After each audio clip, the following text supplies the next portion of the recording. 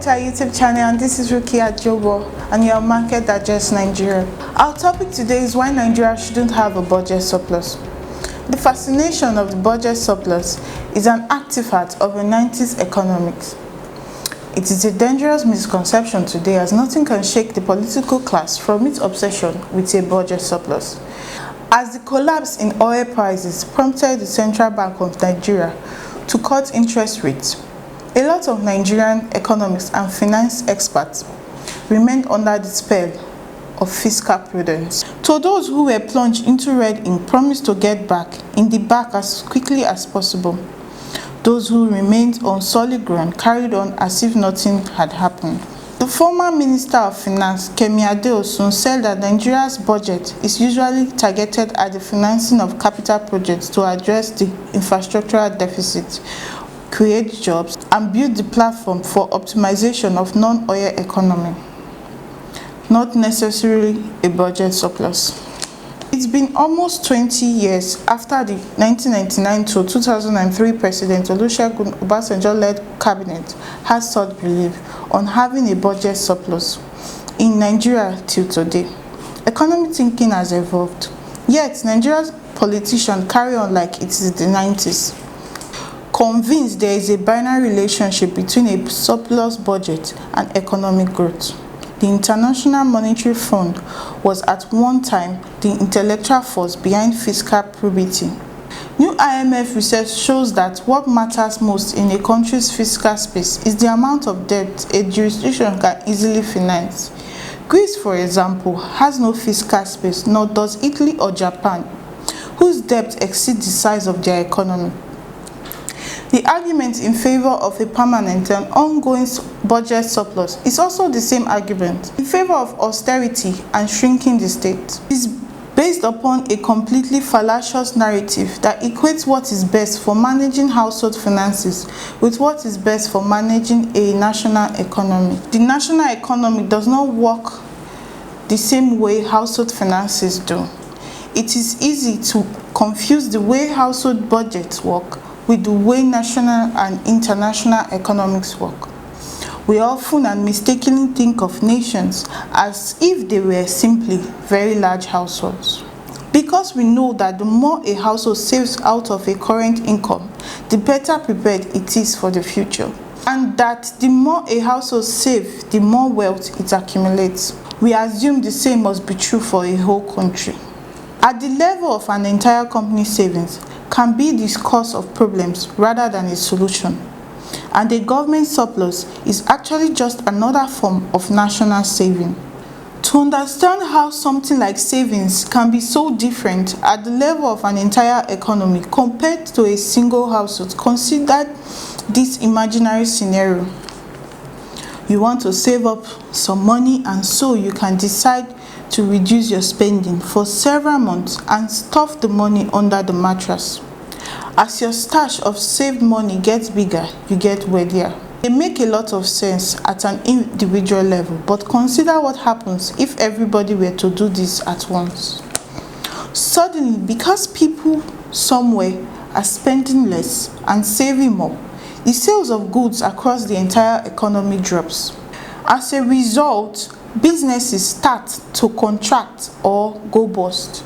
This means workers are sacked, causing their spending to drop, causing more businesses to go bust.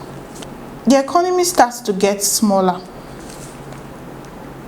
As you can see, at the level of the entire economy, increasing saving can actually cause a lot of problems. Too much saving can reduce economic activities and reduce wealth. What a country needs to get wealthier is not more saving, but rather more productive investment. Saving in itself, however, does not create wealth. It is productive investment that creates wealth. Domestic savings simply represent a postponement of consumption. Why a continuous government budget surplus is a bad idea? Since the Great Recession, growth has been very low by historical standards. Unemployment has been high and level of investment have remained well below pre-recession levels. Who remember the third austerity in Europe, and why did it fail? In order for the economy to work at full capacity and therefore to grow and for unemployment to fall, the private sector and the government sector between them has to buy the entire output of the economy. In a balanced economy, private sector spending and government spending will pay for 100% of goods produced and thus allow the economy to operate at full capacity. Imagine the government decides to run a surplus so that government taxes on the private sector exceed the money spent by the government. What is happening is that the government is taking money from the private sector in form of taxes, and to use the metaphor from the earlier description of saving, stuffing it under the mattress. A government budget surplus is just another form of saving. So if a government chooses to run a surplus over time, it is actually raising the national rate of savings, which in turn contracts demand in the economy.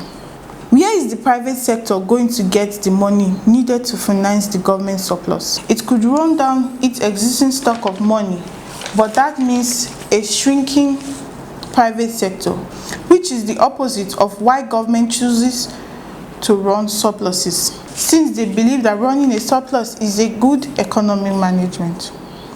So, for the economy to continue to operate at full capacity while running a surplus, the private sector has to somehow produce not only enough money to finance the government surplus, but also enough to allow the economy to grow at the same time. How can it do this? Leaving a foreign trade out of the equation from the moment there is only one method. The private sector has to borrow money from the financial system. This means that for the government to run a continuous surplus without shrinking the economy, private sector debt has to also grow continuously. When the government runs a surplus in order to sustain demand and keep the economy running at full capacity, the private sector must continuously borrow money, creating ever-growing debt.